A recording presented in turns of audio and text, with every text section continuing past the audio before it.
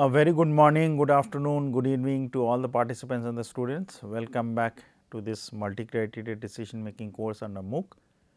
And my good name is Raghunandan Sengupta from the IME department at IIT Kanpur in India. This is the 7th lecture under this MOOC series of MCDM class, and this is the second lecture in the second week. And if you remember, we are discussing very few simple definitions for multi-criteria decision making, the concept of goals, attributes, objectives and so on and so forth.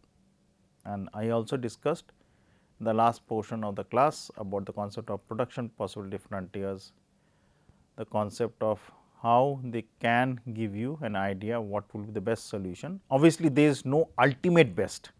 So, it will be a set of solutions which a person or decision maker can achieve, and he or she can take any combination of that which will basically meet his or her demand depending on what is the collective output the person wants to achieve.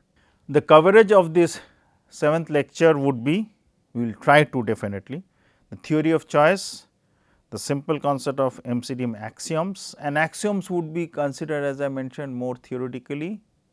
For each class I do mention what are the important concepts we will consider, but the application will soon come up as we proceed. So, obviously, reading has to be done by the participants and the students who are taking this course. And the last part for this 7th lecture, if time flows on, goes on within that half an hour, we will also consider the Condorcet paradox and the corresponding examples for that.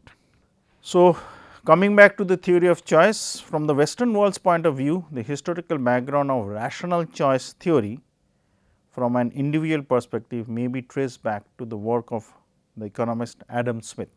Though the idea of choice is a decision and the rationality for a nation or the ruler, king, emperor can be found in the works of Kautilya or Chanakya and other works also. So, like the Arthashastra, if you read, Arthashastra means basically how the country or the kingdom should be run based on the economic factors. Of course, the idea of model choice dilemma has been discussed in Manusmriti and also by Plato, the Greek philosopher. And Manusmriti, as we know, basically gives you different detailed text about how the society in India would be run with all different nuances being discussed there. But for us, the analysis of this idea is more quantitative in nature and a little bit of qualitative perspective, but definitely not from the model standpoint of view. Hence, we will desist venturing in the above mentioned ideas and philosophies. I mentioned them because if somebody is interested, he or she can read, but I would not be, or it is not possible to discuss from the moral perspective, more from the quantitative and the qualitative perspective based on some theories. Now, as I mentioned, a decision maker, a person making a choice as an individual or a decision maker when making a decision amongst different sets of alternative choices would have in front of him or her a set of possibly mutually exclusive, that should be important and analyzed, because mutually non-exclusive concept, they are more interesting, but it would not be possible for us to discuss, and obviously, there would be many assumptions based on which you are going to solve the different ideas and problems for MCDM. So, this is an important fact, mutually exclusive set of alternatives. The alternatives would be denoted by a set capital A, which is bold, and this would have different alternatives. So, alternatives would be, if I am buying a car, the car can be, as I said, the Volkswagen company's car or Maruti's car or Hyundai or Honda or Kia, whatever it is. And the number of alternatives or choices would be defined by I is equal to 1 to capital M, M as in Mangalore or mango. And in many of the cases, it can also be denoted by capital X. So, with capital X, x1 to xm, and this again, as I said, capital M is the total number of alternatives or choices the decision maker has, only one decision maker we are considering. In order to model the decision maker choice behavior, one can use two distinct approaches.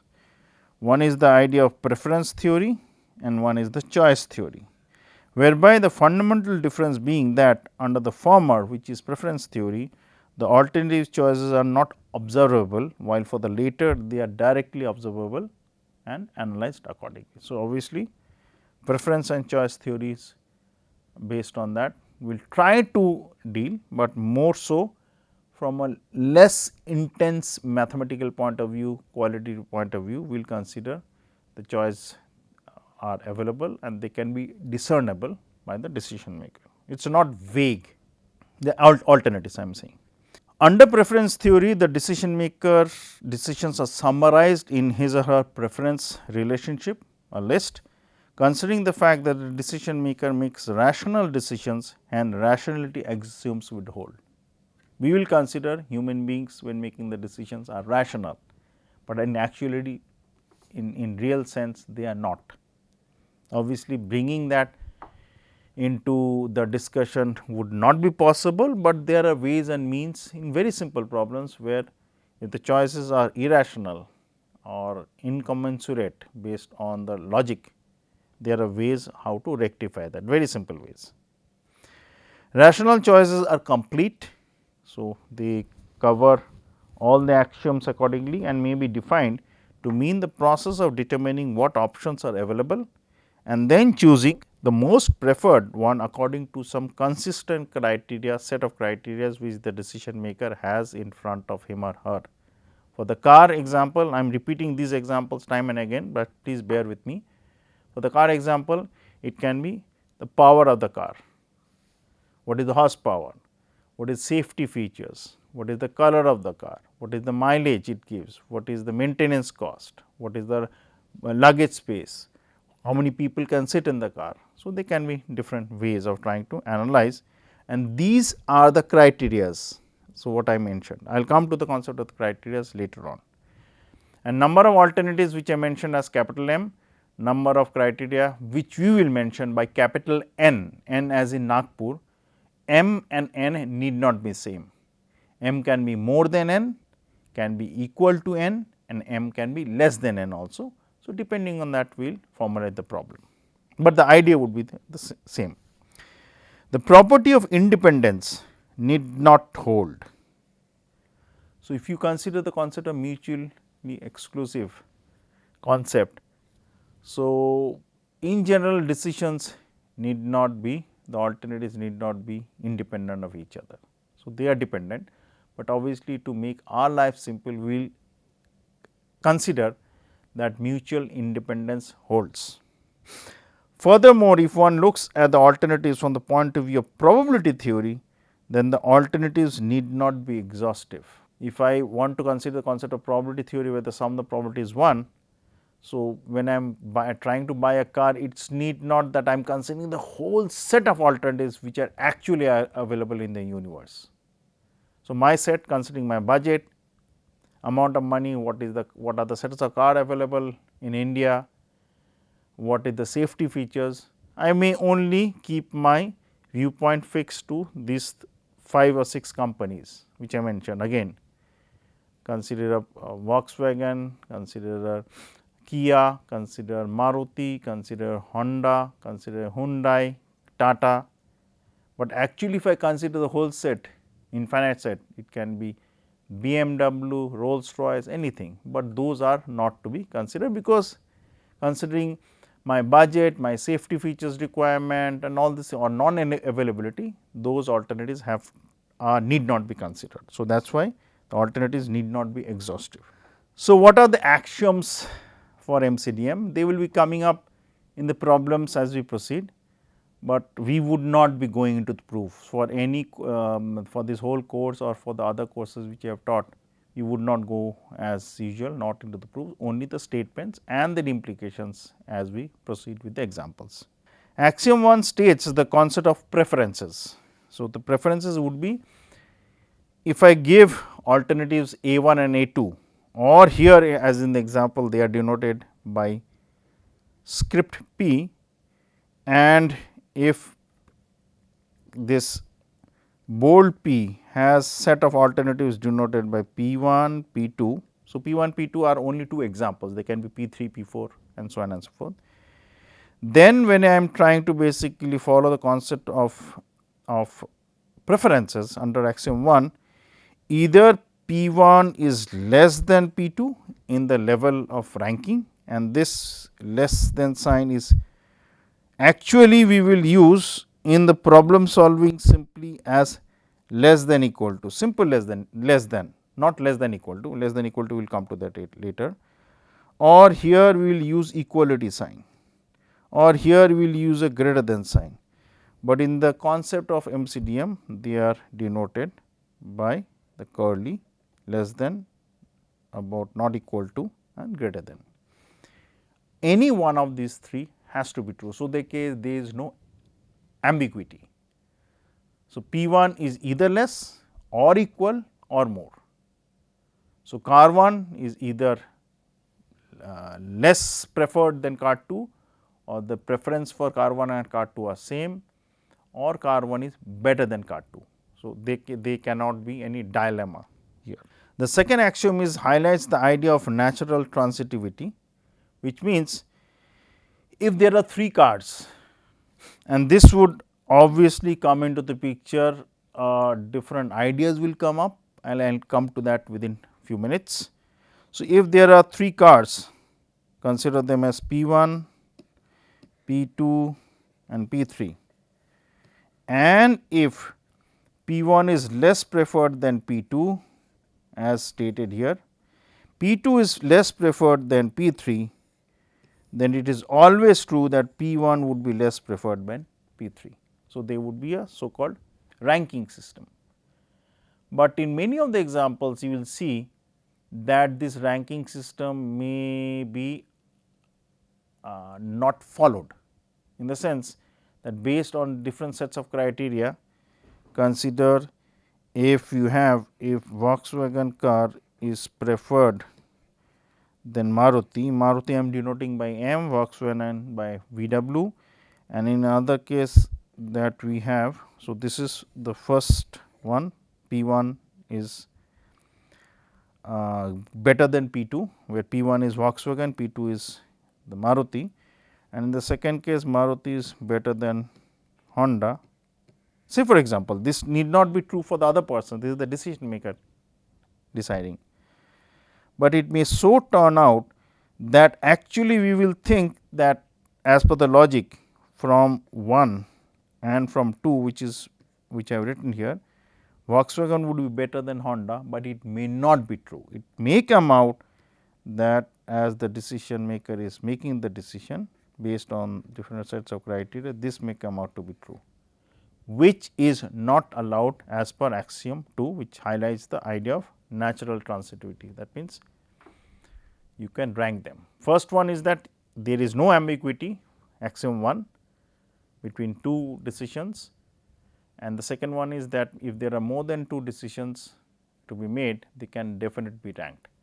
But one thing should be remembered, the difference of the ranking between, if I consider here in P 1, P 2, P 2, P 3 and P 1, P 3 here, which I am now circling, I should use a different color, so that this. So, if I consider P 1 is less than equal to P 2 and P 2 is less than equal to P 3 and P 1 is obviously based on that we have P 1 is less than equal to P 3. The difference is, if I draw it on a very simple case on the real line, consider I am basically ranking them. So, this is the line, I am using a bold marker in order to make things easy, and if I consider, and on the right hand side is better. So, if I consider P 1 here, and if this is P 1, this is P 2 and this is P 3.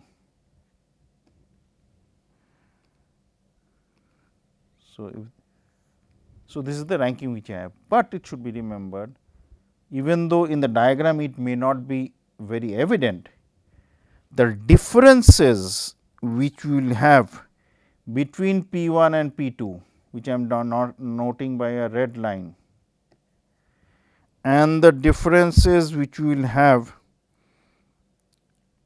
between P 2 and P 3, which I am denoting by the black line, these differences need not be same. That means, the difference of the liking disliking between P 1 and P 2 and the difference of liking disliking between P 2 and P 3 need not be the same, and that would come out to be true in example. Say for example, you are ranking the students based on marks, consider relative, absolute, whatever it is. Then the difference between the first and the second student and the difference between the second and the third student need not be the same. Obviously, it would not be the same, and we will consider that later on. Axiom 3 says it underscores the objectivity of conditional principles. So, which means that given a set of p values, so p 1, p 2, p 3. So, let me highlight that. So, these was p 1, p 3, as usual in example 2, which we axiom 2 which we consider, they belong to script p, and p 1 is less than p 2.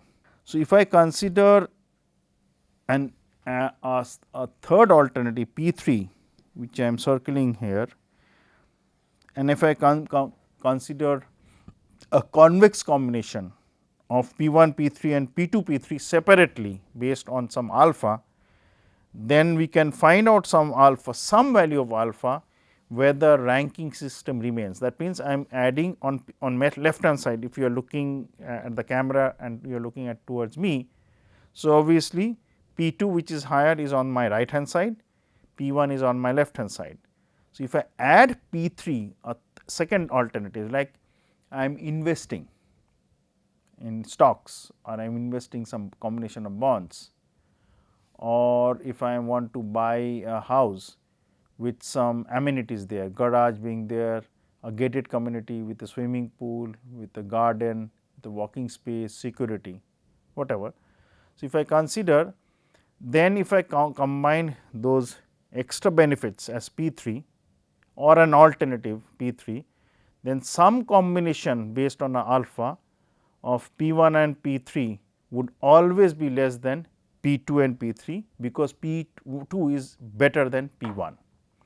So, that combination would always remain true, and this alpha would be the important point which we will consider later on, which underscores the objectivity of conditional principle under axiom 3. Axiom 4 gives that if I have the alternatives given P 1, P 2, P 3. So, P 1, P 2, P 3 are considered an example, there can be more than 3 also, and the ranking system is P 1 is less than equal to P 2 is less than equal to P 3, or less than P 2 and P 2 is less than P 3. Then we can find out some combination of alpha and beta, and alpha and beta in the earlier axiom 3 was also between 0 and 1, as it was mentioned in the slide. I did not mention that, but alpha will be between 0 and 1. Similarly, alpha and beta are between 0 and 1, such that the combination which I will have, which can result, would be like this. So, some alpha and beta can be done, where the combination of P 1 P 3, the extremes which I take, P 1 from my left hand side, then P 2, then P 3. So, combinations of P 1 and P 3 would be less than the combination, considering that would always be less. So, if I have a line, consider the line I denote by this real line. I am only doing in the one dimensional thing, because numbers would be easy for me to convey, or easy for us to understand also.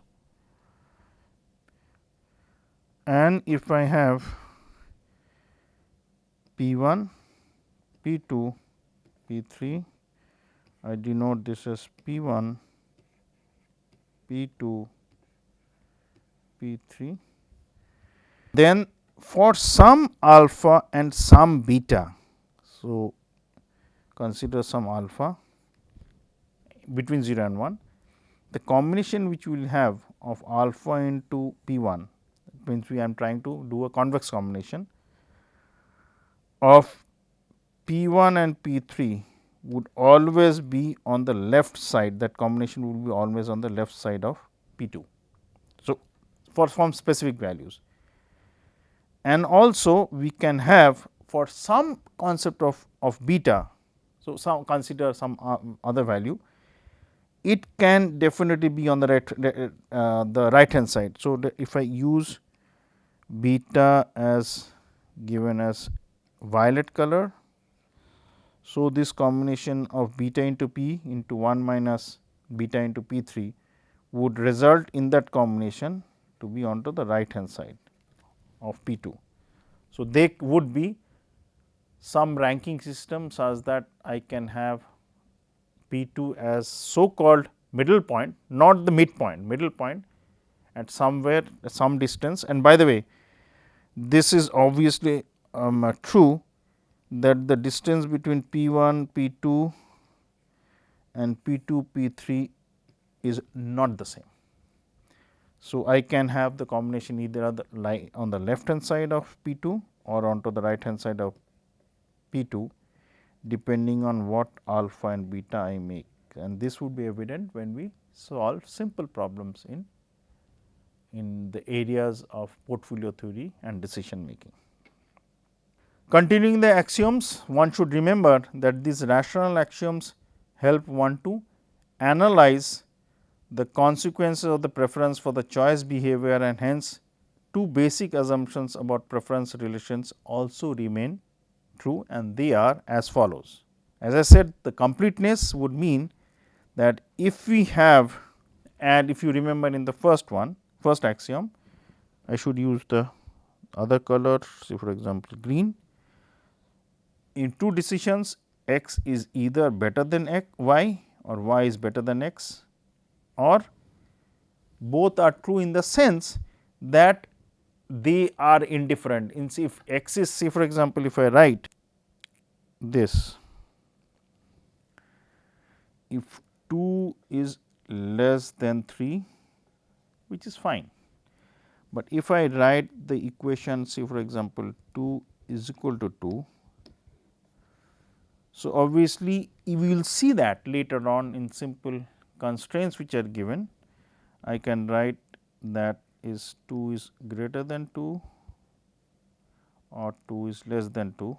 So, both would basically add up to the case that they are equality, and this would be true in the case when we are solving, as I said, the constraints where equality constraints are there, with they can be termed as greater than or less than sign and considered in the problem, and simply the boundary of the feasible space can be drawn. What I mean by the feasible space boundary, we will see that in the problems. In the concept of transitivity, which came up from axiom 2, this would also be true, in the sense if x is better than y, y is better than z, then obviously x is better than z. So, obviously, if I draw the line, so I will use the coloring, consider the line. So, you have better onto the right hand side. So, this is x is better than y and y is better than z. So, obviously, x is better than z. Again I am mentioning time and again. So, forgive me if there is repetition.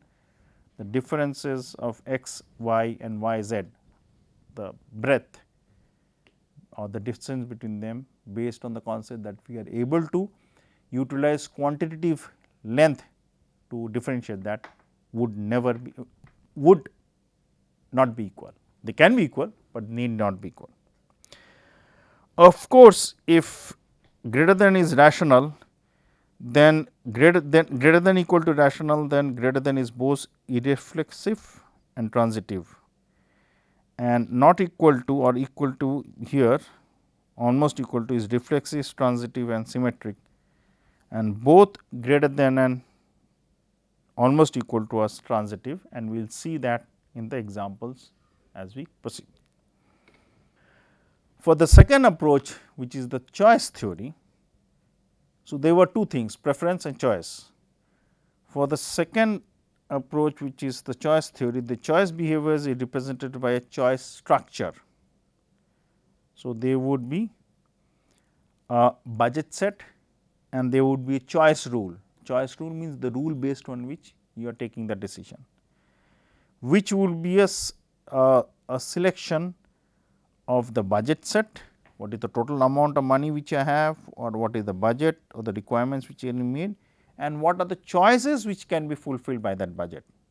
So, obviously, if my budget is to buy a car is 15 lakhs, but my choice set need not in that consider case I am not able to consider a car like, say for example, a very high ended car which is very costly, that would not be under the choice set. If my budget set is there, I want to buy a house maximum about 50 lakhs inclusive of all registration, down payment, everything, then obviously I would not go into buying a high end bungalow, because the choice rule would say that these set of alternatives would be out of my reach based on my budget set. Hence, the idea is basically given a budget, I have some set of feasible choices which can be made, and based on that an important assumption for this choice theory is the weak axiom of revealed preferences. In some way, this concept of weak axiom of characteristics influences the choices and is akin to that concept of rationality assumption in preference theory. So, in the preference theory we will considering rational, human beings are rational, and this concept when we have the budget and the choices, and if the weak axiom of revealed preferences. So, the preferences would be given forth not in the strict sense, in the weak sense. So, that would have an implication that rationality assumptions under preference would hold. So, this is the first one. So, preference theory, as I I will mention and use a dark color. So, was the first one, and this choice theory, if you remember, was the second idea. So, they are different, but in some case based on the third bullet point which I am highlighting and with a star, they would mean that another weak sense revealed preference would basically give me the idea of rationality under the first, which is the preference theory. At this point, if one is curious to ask the question whether there is any equivalence between the idea of choice theory, which is weak, which is the weak axiom characteristics which I am highlighting, and the preference theory which was rationality assumption, then the answer is yes, there is. I am not going to the proof.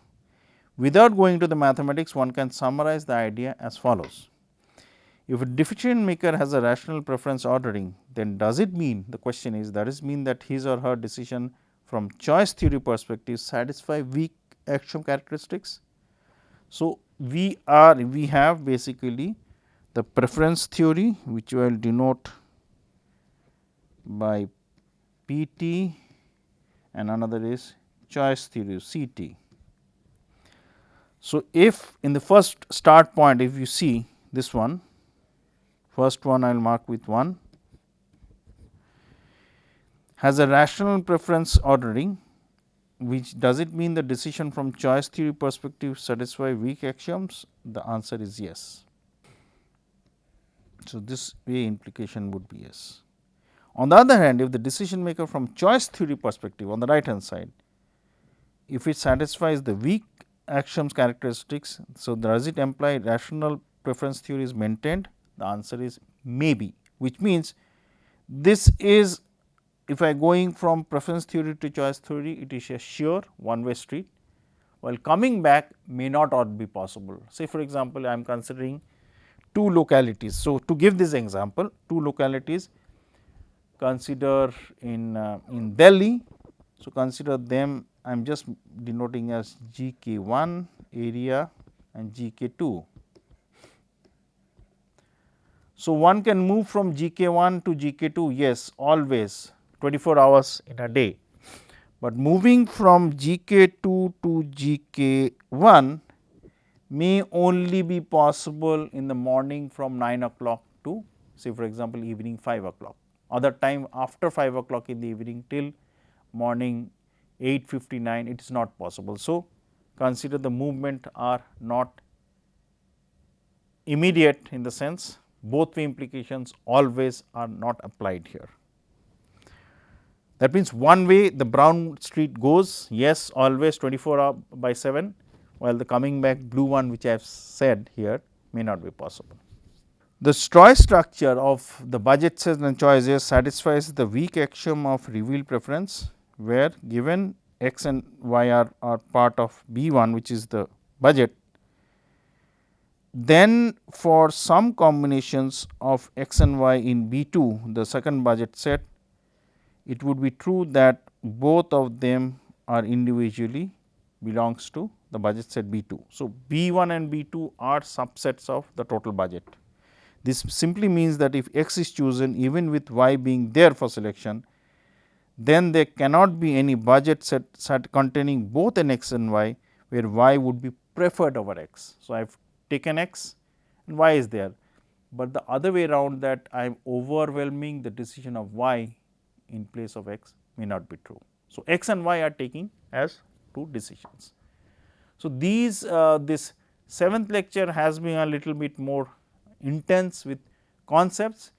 We will try to use those in the examples as we proceed, and also this 7th lecture has been a little bit more than 30 minutes, but I am sure it will fulfill the criteria, and if you read it, you will definitely understand the ideas and then implications later on once we solve very simple problems.